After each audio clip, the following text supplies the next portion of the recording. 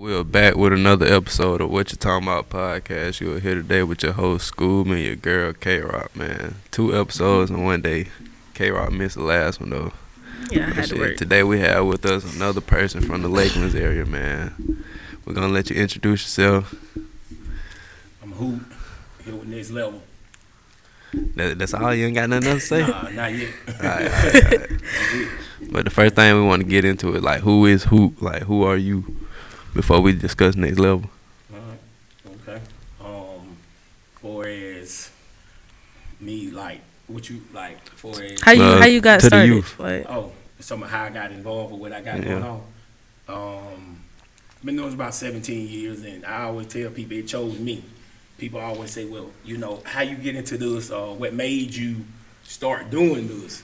And I tell everybody it chose me. I went out to school. One semester I had to come back, got an enlarged heart, still was training, and then you got still working out, and one day you got a kid that come in there, I think it was Titus first, no, Stankivas. Man, I want to get big like you guys, start working out with you. Like, yeah, bro, come on. Next day, here you had 2 more show up, and then after that, next week you probably had 5 more show up. So it just kept getting bigger for now. Generated. I tell people, it wasn't then that I woke up and said, shit, I want to get work with you. I want to train to you. It just did how it started. So at my age, you definitely didn't see yourself living this type of lifestyle? No. I tell people, I always vision me working with troubled kids. I tell people, my mindset was I wanted to work with, like, troubled kids like DJ and stuff like that. They're growing up because I've seen that, you know, troubled kids from just growing up in the hood, and basically grew up in every hood it was around here in Greenwood. I tell everybody, we moved. I was born in New Haven. I moved from New Haven to Guy Butler 2 different times. From Guy Butler to over there off of New Market Street. From New Market Street, Greenwood Apartment. From Greenwood Apartments to Hackett Street. So, like I tell you, I've been on every side, so I'm seeing this, you know. So I'm like, you know, that basically what I want to do, basically work with troubled kids. But hell, like, that's why I guess it's led to this right here. Yeah, about 17 years. So in 17 years total, how many years you say it took you to get to, like, this point? Let's see. Put it like this here. I did this right here in the Y for about 10 years. so when 10 years. so when you move over into getting your own space and everything, and how did that come about? So it came about 2018-ish, 17 or something like that. It was just so many kids at the Y, and every day it was a struggle of the Y telling me that I can do what I'm doing here because I had so many kids, you know. Not enough space for y'all. Yeah, so it's like, hell, I got 50 kids in there at one time. Yeah, So it's like, I'm in the office every day, you know, struggling, telling them, like, you know, we ain't doing it wrong. You know, all these kids got memberships, so there's a family Y, and it just got to the point that it started, like, nagging. They started doing different type shit to, like, make sure we, like, do something to limiting your access. Yeah, So that motivated you to... Yeah. So I'm like, one day I'm like, listen here, we finna go out on faith. I started looking around at buildings, and we came up with a building after about 2 weeks of me looking. And the building was, like, right down the street, was a little shed. We paid up, I think, like 6 months. And what happened was the people we were renting from, they was like, after them 6 months, no, we ain't finna sign that lease over because, man, you got too much going on right here. So it basically led us into over here. Because, hell, I had 100 kids at a time trying to fit them in a little damn, almost like a storage building at the time. So, and that what led us over here to where we at. And hell, we really outgrew this. Yeah, I was gonna say. So I know you're looking towards expanding more. You already. Yeah, we got to. Yeah. So shit, who you got with you today? So I got Ben with me, and then I got BJ with me. And Ben here, because Ben one of the faces of what we got going on. Here I started with Ben when he was a little jit about 13, 14. Yeah, well, yeah, something like that, about 12. And Grown that man and now. now, yeah, so it's like he one of the ones that came in off the strength of, somebody else like, shit, these boys and he'll get big. I want to do the same thing, So that what led, him into it. Like I say here, he was 12, then look at him now. So that's why I say he one of the faces of when I first started. But I'll let him tell you more about him. And BJ, he one of them too that started with him when he was a little G. So can you tell us about like how you working with him really affected like how you grew up and I'm assuming you played like football or something? Yeah. So how did it really help you as you was growing up? Saying as if you didn't have him? If I didn't have him, I'll probably be locked up or something, doing something stupid. When I first got with him, I don't even think was I in school? I think I got expelled or something. Yeah, something like that. Yeah. Oh, I think I was expelled. And, I don't know. I can't even remember why I went in there. I think I went in there, and he was talking shit to me. He was just talking shit like, boy, you soft as hell, you little, it was something like that. Yeah. Then it was really something to prove to him like, you crazy. So I ain't really never really lift weights or none of that. So I just started. Then it just was from trying to prove him wrong, and I kept going. Then I said, and after a while, I was like, shit, boy, I like this. I starting to like this. Then it just went from there, really. It's like a tough love type situation. Yeah, really just trying to prove. Like I say, I was already looking up to him.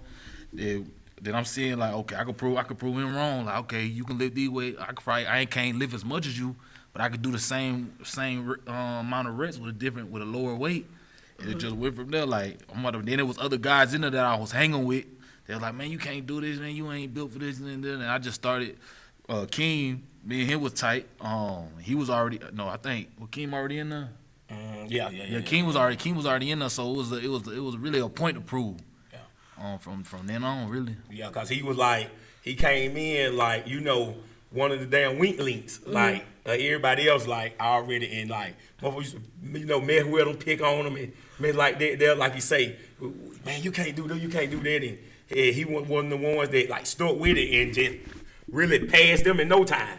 Would you say you also had a similar experience? Yeah, I said, like, at first, my mom should be working out with Hoot, stuff like that, and so I come in sometimes, see what everything going on, stuff like that, and I just wanted to join and be a part of it, so I just started back. I started working out, I said, like, 8th grade, something like that, and I just been ever since. I just, like you say, tough love, so you just want to work harder, show them prove wrong, stuff like that. So yeah, I say the same. And then again, like you said, you ain't necessarily had a motivation or determination just necessarily go this route. It just came about. Oh yeah.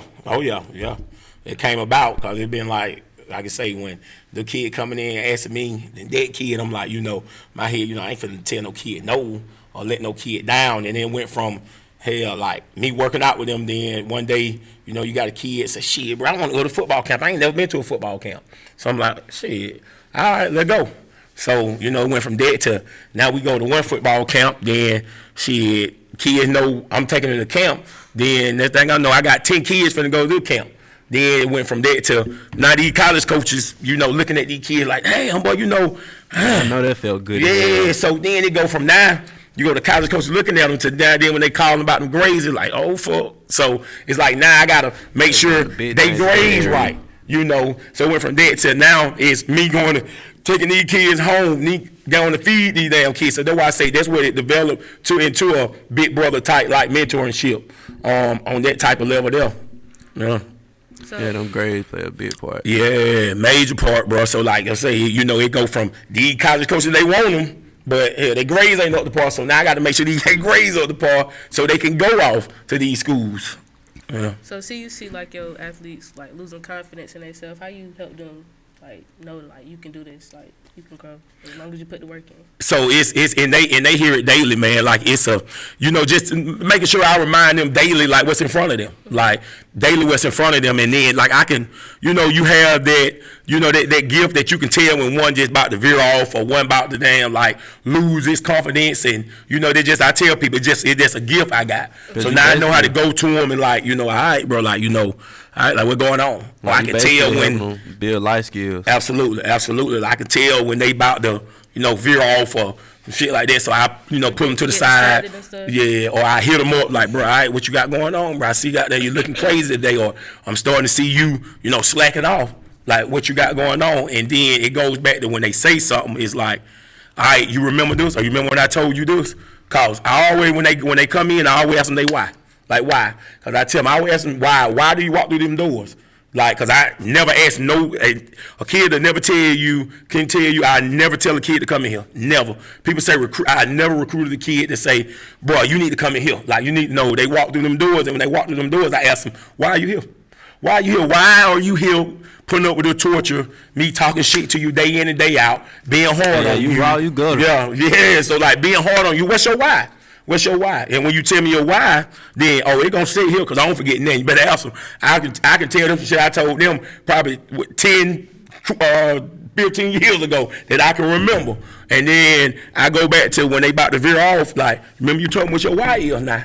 All right, let go. And it was more realistic, like like when your parents teach you something, they want to be bougie with it, or goddamn tell you like tell it sweet to you. Like with him, no sugar cone. Yeah, with him, what made me stop acting up in school, like he'll look at me like, goddamn, bro, you retarded or something? Like, you can't, you stupid for like motherfucker. You can't goddamn. All you gotta do is he'll break it down. Like you gotta go to school at 8:30, 3:30. And that's it. He said, you can't concept that. Like it ain't hard. Like he's been out there, and you'll sit there and think. Then he was like, damn, you like a clown. He would just talk shit to you, like, you know what I'm saying? You look how it look. You steady going to school, getting in trouble. You about to be a grown ass man. You can't stay in school. So then you like, damn. Well, let me stop this shit, boy. I'm looking goofy. You know what I'm saying? Other than your parents, they wanna, you know what I'm saying, keep telling you the nice way, or they keep, they just fussing. You don't get it like that. When you got somebody telling You need an outside figure. Yeah. That would really help me. He made me look at what was going on in my life different, you know what I'm saying? It made me mature quick. It's like, damn. I look up to him, so he telling me I look like a clown. I don't want to look like no clowns a nigga I look up to. Yeah. It was more that I think that played a major part when it comes to these kids. You got somebody that break it down to you. They're taking the OG role. Yeah. So shit, I'm pretty sure with all this going on, you done got some offers to come coach somewhere. Oh yeah, man. Listen, it's back even when he was, like I say, a legit. I should show them all the time how all these coaches hitting me up on coming to do this right here. Like, I tell people, my first job offer was about 15 years ago, 14, 15 years ago at Newberry. Like, Newberry offered me, a strength and conditioning job. And it went from there, man. I done really stopped counting, be honest with you. I really stopped counting at, like, probably about 19 college job offers. And people be like, well, how they go? And this is how these coaches basically reach out. So when they see these kids coming into their program already, for one, mentally prepared for what they trying to do to them, and they like, well, damn, well, like, how in the world they already at the point of what I'm trying to build in them, man, where you come from? And basically, they basically tell them, basically show them what we do and how we do. And I tell everybody that with my resume. So these coaches hit me up like, man, listen, I need you part of my program. Man, can you come and, can you come and help me coach? Can you come and be over my strength program? And that's how it went, man. That's how it went. And I tell people, like, I know now my purpose. That's why I never do that shit, because it's like selling your soul. Yeah, so absolutely. When this is right here, I know the purpose. So that's why I make the sacrifice to make sure they go and do that. So now that's what's going on nowadays. I'm at the level now of you got kids that came before, now they coaching. To mold in the community. Absolutely. Yeah, now they coaching and stuff like that now. Yeah. Well. So, like, do you have any connection with the coaches around here at the high schools or stuff? Yeah, oh yeah. Got a lot of connection with them. I got a lot of connection with them. Middle school coaches, high school coaches, the good, the bad. At one point in time, though, yeah. Huh? I remember that hand on you. Oh yeah, but it still go on. Yeah, it still go on. It still go on. And two, it's like I tell people, you gotta have that. You gotta have that, especially when I'm at the level I'm at within trying to help mold the kids and prepare them for the next level. Because I tell them, like, no matter what you do, you're going to have that type of shit. You're going to have that type of hate. Absolutely. When you doing something right, So it's like now I can use that as an example to show the kids now how to handle those situations and how to become a better man. Like, you know, like I'm not finna go to them and be ignorant when I hear all the stuff they saying to me. I show the kids on how you gonna deal with this. How you gonna deal with it? How to be the bigger man? Because at one point I was the one that, all right, okay, you go holler this and that, I'm finna go and handle you, you know. But now it's about showing them the right way and going how to handle things the right way. And then they'll know how to handle a boss man when they get older. Absolutely. If you sit here and talk to them like that, and anybody talk to them crazy out of line, they can handle it. Absolutely. Because if they go see me, go show out and go do so what is I'm showing them? They go do the same old thing. No, now I show them, like, we had a situation like, I can use an example, a recent situation. Like last week or so, a quiet kid come to me, you know, on some tight shit like, man, Hoot, I'm tired of this coach just keep like picking on me about next level or everything I do. You know, he always referring to this ain't next level and stuff like that there. And so I told the kid, I said, okay, well, I'm going to show you how to handle it. All you got to do is just tell that coach to give me his number. I said, because evidently he probably don't know all what we do, because a lot of people don't. I say, so just ask that coach for his number, and I'll reach out to that coach, because I know y'all keep feeling some type of way because this coach keep, you know, downplaying what we got going on and disrespecting what we got going on. He probably don't know. So let me handle that, and I'm going to show y'all how to stand on business the right way, and just call him with him and have a man-to-man conversation. And, you know, that's how, and that's what the kids need nowadays. Instead of, okay, all right, he go do this, all right, let go spin on his ass. Like, you know, nah. So now it's handling it the right way, because that shit, they're going to carry over. Because I tell them, you're going to have that regardless. Like, you're going to have your workforce. You're going to have motherfuckers handling you like a hoe. How you going to take that? How you going to take that? No matter where you go, military. You're going to go, if you constructive criticism. Absolutely. You go out to play college ball, no matter what you playing. You running track, volleyball, basketball, football. Oh, once you get there, you grown now. They're going to handle you just like I'm handling you, because you know how I handle you. It come from the heart. So now it teaches you how to take that once somebody handling you that way, because that's what you're used to now. And that's the biggest thing what happened when you actually care about them. Well, motherfucker ain't gonna give a fuck absolutely about you. And they know that. And I tell them that there's a difference between they know real kids nowadays they coming out are very strong. They know tough love. They know tough love. They know real love. They know fake ass love. And they knowing, like, when it come from me, where it come from. So shit, who would you say are like your personal top 5 athletes you don't work with so far? I ain't even gonna say top 5. Yeah. Like that kind of. Oh yeah. That's kind of wishy-washy to say like that. Be honest with you, bro. I tell people I can't even really answer that question, because it's so many good athletes. It's so many good athletes that I'm gonna work with, and every last one of them. You know, I tell them, I always treat everybody the same, but you know, you have that different type of relationship with each one of them. So that's why I can't really say like the top athletes I don't work with around here. I can't even answer that question. Because some people determination just draw you in. Yeah, because it's like I say, I've been doing this so long, bro, and you had so many on them that, like I say, that locked in and took advantage of everything. So it's been a lot of them that did that. So yeah, it's a lot. How you feel about the talented athletes that turn to the streets? Oh boy, that's one of the biggest, like, a big topic right there, bro. It's a big topic because of what's going on nowadays with that, and I'm gonna let Ben chime in on it too, because he real good at it too. Because, like I say, he been around so long that we see this, and this is what we talk about daily.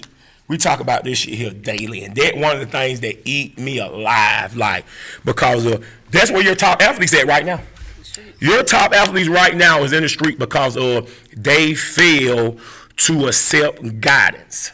That's the number one thing we revolve around. They fail to accept guidance. Or they couldn't lock in school. Absolutely it does. That's the number one thing, and that's why I tell a lot of them, like, bro, that's why we do what we do. And there's a lot of, like I say, you know, that I talk to outside of just not coming here.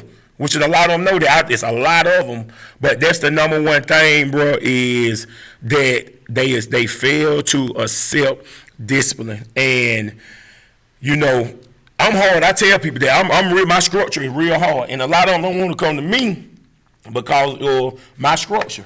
Because like I tell them, like I'm not gonna be these coaches that he told you that sugarcoat shit and pat you on the back and all that. They have to, and my athletes will tell you, I don't get excited when they score a touchdown or dunk a ball or do all that, because I tell them like, nah, that's what you're supposed to do. I get excited when you ain't doing what the fuck you're supposed to do, because I know what you're supposed to be doing.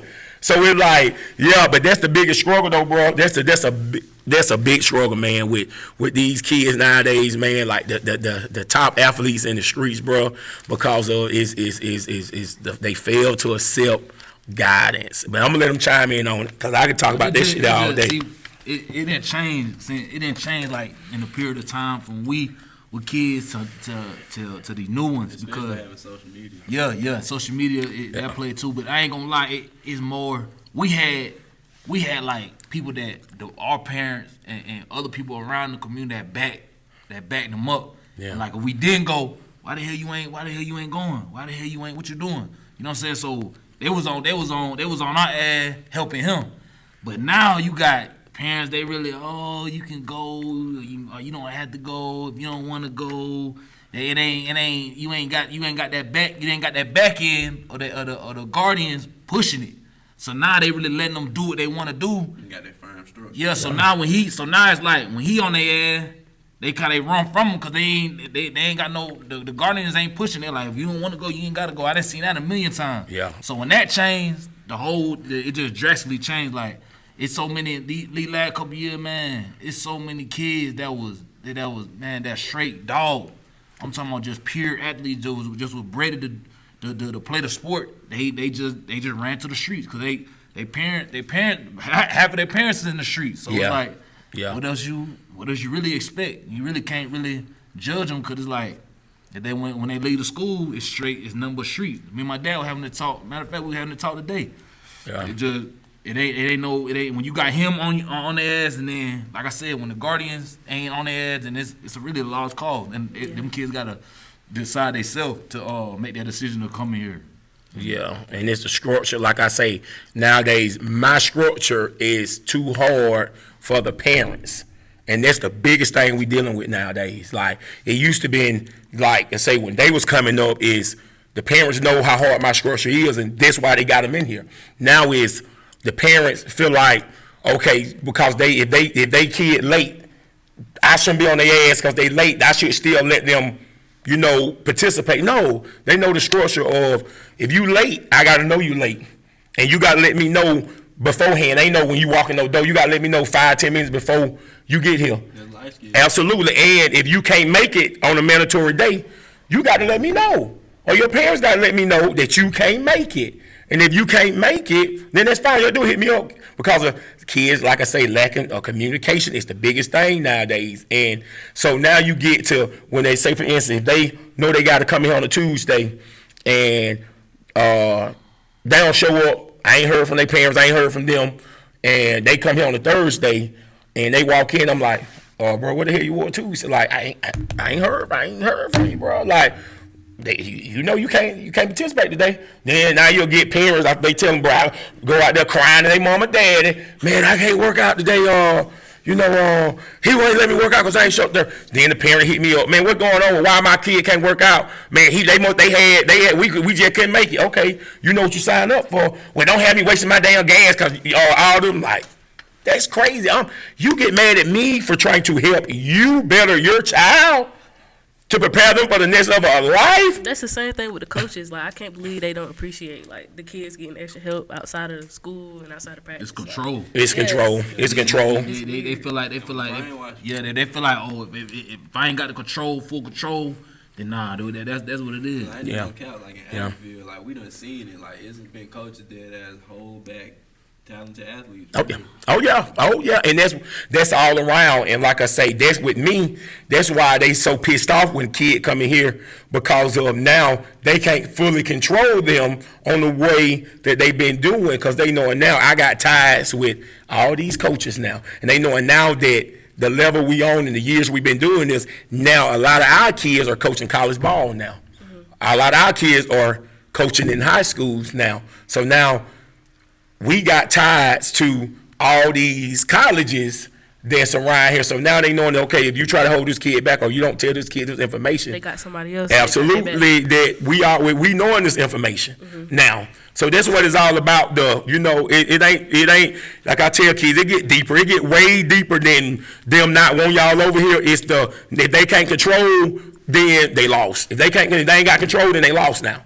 So that's the biggest issue with that. It's just a control thing. And the thing I don't understand, see, I done been through the whole program, went to college, and seen what it did for me, and seen how it helped me. And the thing I don't get with the coaches around here is, you know how this college thing work when it's going to college to play any type of sport. You setting these kids up for failure. If you don't, I don't care what sport you play. If you do not, before you get there, you don't have a discipline. I'm talking about like a schedule, an everyday schedule of how what's next level provide. Then you're done for. Because when you get there, it's gonna be you can't just wake up one day. Yeah, you can't just wake up like when these coaches get on your head, make you get up at 6 a.m. You gotta come back for meetings. You gotta do this. If you ain't gonna just adapt to that, you know what I'm saying, out the blue when you ain't been doing this whole time. Your ass still want to go to sleep at 1 in the morning. Exactly, you know what I'm saying. It ain't gonna work. You sitting up here telling these kids they ain't gotta do this. Why would you not want them in here? That's just crazy. You only got them for a season. Exactly. They need somebody on their ass for the whole year, and you telling them. And the thing that kids, it just killed me. Like even when I was in school, they used to act like us coming up here or us working out with him, it was too much. How is it too much? What you think niggas gonna do when they go to college? What you think you gonna do? You gonna wake up 6 in the morning? You gonna go work out? You got class the whole time. You ain't got no break. Then you work out. You gonna go work out again. Then you gotta go to practice during the season. Like what you think? It's just crazy. It's like y'all want that much control. Y'all want to ruin kids if you ain't got the full control.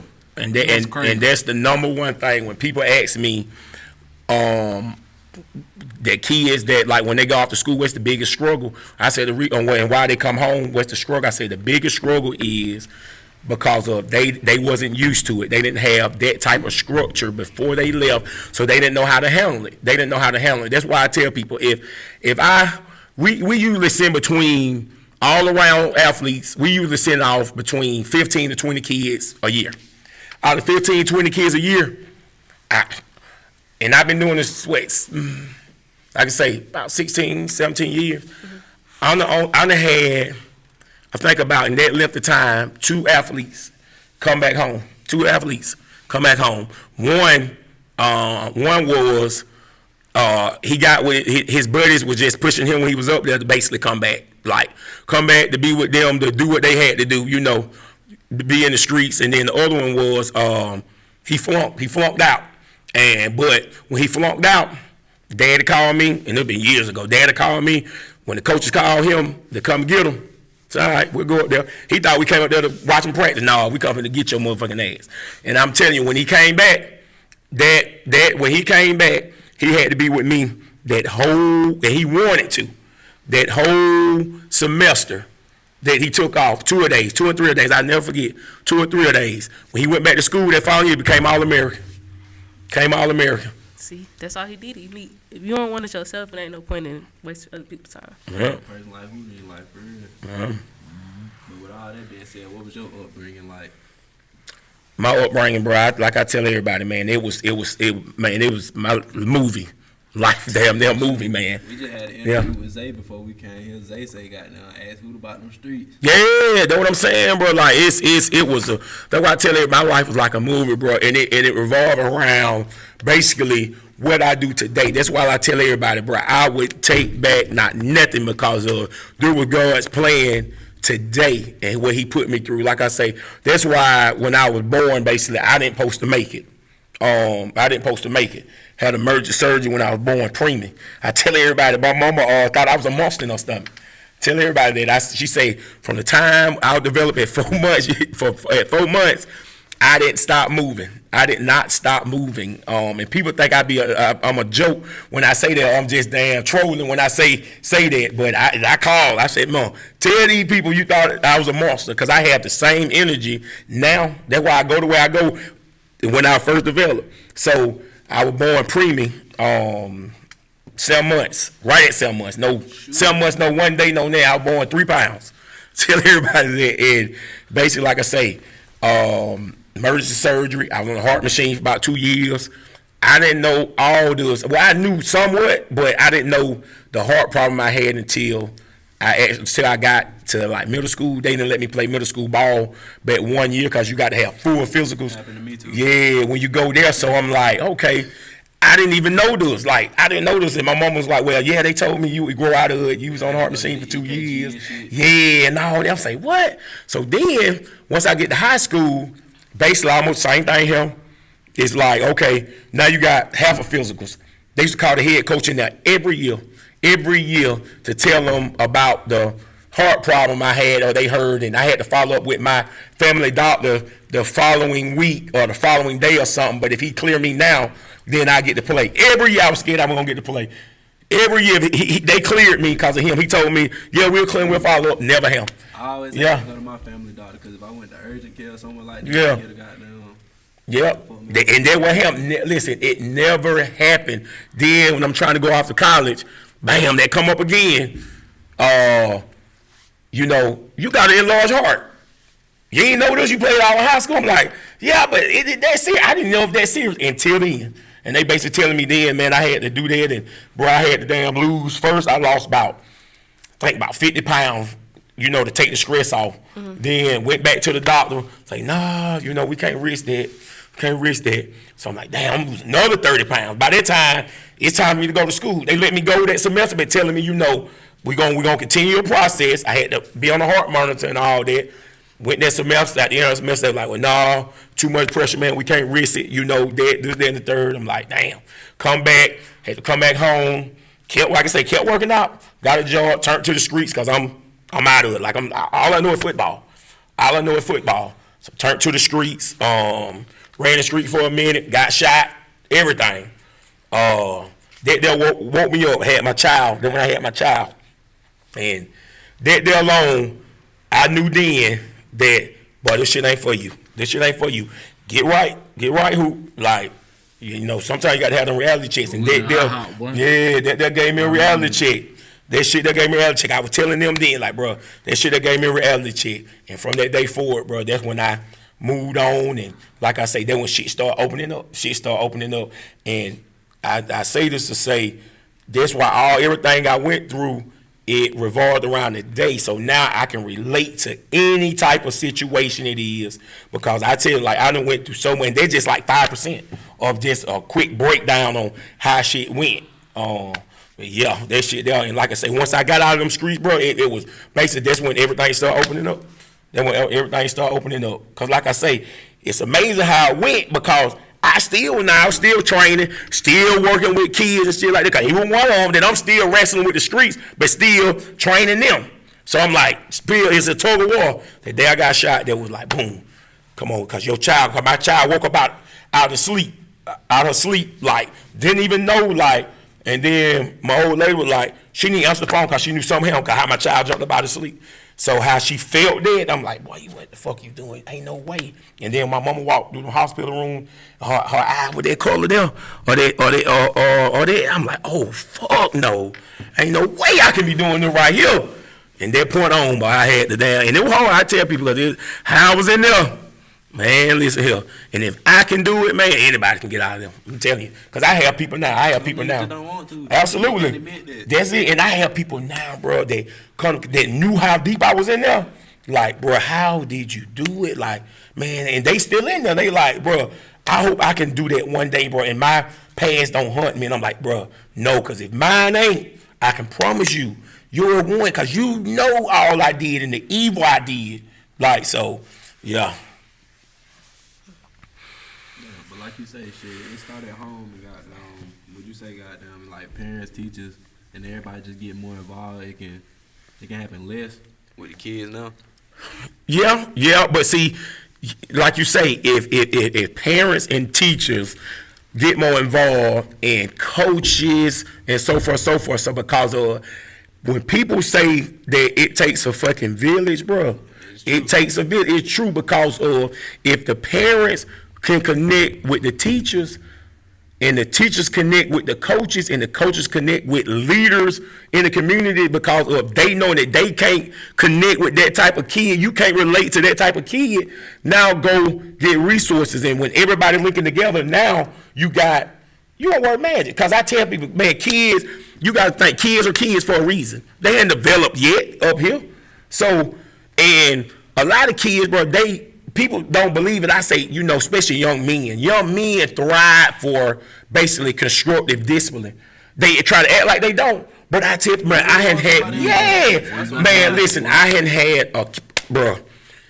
had a kid come in here and be on some tough boy shit and hot boy shit and disrespect, none of that. And they be the toughest of the toughest, the hot boy.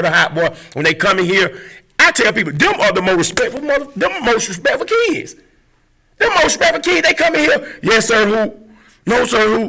I'm like, and then some people out there, when I tell them about their kid, they be like, ain't no way that kid. I said, yeah, that kid, I don't have no problem with him. So I don't have no problem with him. I said, because of these, they really thrive for that. When they don't have it, that's why a lot of them now, you got a lot of single parent with just a mother in the house. That's why you got the struggle of these kids turning to the street because they don't have that alpha around them. Because believe it or not, I'm telling you, young men, they thrive for that authority. They thrive for that authority figure. People like, no, they don't want that. Yes, they really do. But if they hadn't had it or hadn't been induced to it, then how they gonna know what it is? Now, once they get out there into the streets, it's over with. And then this thing was going on now in the street. So you got to think, bro. Now you got these good kids that want to be fucking bad. And they don't understand. I try to tell them now. I try to tell them, I said, bro, it's the business. I would say it's the business. They knowing that you over here, boy, you in the suburb, boy, you got a little money. You got a little money, so goddamn shit. There you go. So I'm finna make you feel like the coolest of the cool. Because I know, boy, I'm out here, I got the bag, and you gonna buy it, because I'm finna introduce you to you gonna buy the here, because you got the money for it. And see, that was him. And that's what's going on nowadays. You got a lot of the good kids turn the bad, and you got the bad kid, they want to be in their position. And they don't understand, they don't see it. But too, like I say, like you say, it starts at home. That's the biggest thing ever. It starts at home. And most parents nowadays, they either are scared of their kid, or they just let them go. They don't give a damn. Like, okay, well, hell, they want to go and do this. Hell, let them be. Yeah, let them be. Hell, let them be. So, and that's what it is, And then when somebody else want to say something to your child, when they see it, you got something to say because you don't want them saying that to your child. That village. And that's what's going on. Like you say, if everybody can link together, and these kids can be saved. They can be saved. Yeah, but everybody got to be on one accord. Man, listen, I was expelled 2 times. When I started working out on him the second time, man, I don't care what nobody say. I got expelled 2 times. Finished high school. I graduated early. Then I went to college and graduated from college with a bachelor's degree in interdisciplinary studies. Man, if I could do it, and I was horrible at school. I'm talking about that last year probably was like the last 2 years probably the best I did in my whole schooling. And them last 2 years that's when I first started with him. So that's why I tell people like you can't tell me that it don't work. Cause like you said, you just realize it just take the time to go sit down and then just do that shit. Yep. And that's all it takes. That's it. Don't realize it. Yep. That's it. They make it harder than what it's supposed to be. Like they make it way harder than like it ain't that hard. And that's what I learned a lot of lessons, but that's the main one. It's not that hard. He's always said it ain't that hard, bro. Just do the shit. And I be real with him. Like he say, I'm the one that I'm raw and real with him. I tell him, I say, bro, ain't no way right now nobody should go to school and fucking fail or not have all A's and B's because it's too easy. For one, I tell them, yeah, that's it. I say for one, they done changed the grade point scale too. You got fucking phones. You don't get it cheap. What? I tell them I'm wrong with them. I'm telling them, I say, ain't no way. When y'all damn like y'all had these motherfuckers in school. Ain't no way you ain't passing them the like you ain't get it cheap. And I'm wrong. I'm trying to be real with them, bro. Like that's it. You know what? I'm real with How them, you bro. feel you taking online classes? I'm like, bro, ain't no way. Like cheap. The fuck? Like you should be failing. Then 60 is passing now. Exactly. 10 point. Boy, I had all ages in school, boy. If I grew up in the era right here, boy, we had got that they let you have phones and stuff. Shh, man, listen. But You need help, ask for it. That's it. You ain't asking, you don't care. That's it. That's it. Speak on the HBCUs for a second, goddamn. You feel like Charleston White was right for saying fuck Dion? Man, listen here. Charleston White is a straight clown. That's a great clown, bro. I feel like that'd be right. What shit he say? Yeah, that's a straight clown. And like I tell people, bro, I had this conversation the other day with one of my young fellas, man. I told him, I said, listen, where Charleston White, he good.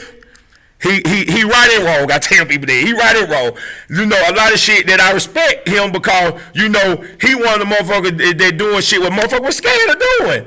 That's exposing the real. Like he don't do he exposed a lot of real shit that people don't like to talk about. The junk on my butt last night. Yeah. Hey, but you see what he did today though? Once they got that they ain't touching. Once they ain't touching me, he went outside in the sunlight. Talking so look, y'all, I'm in the light. Ain't nobody telling me. The weekend got there. What he said the weekend? What he say? Damn. What he say the weekend? Some kind of punches that they were trying to throw. Then he said I dropped my money. Then they got there and let me get my money.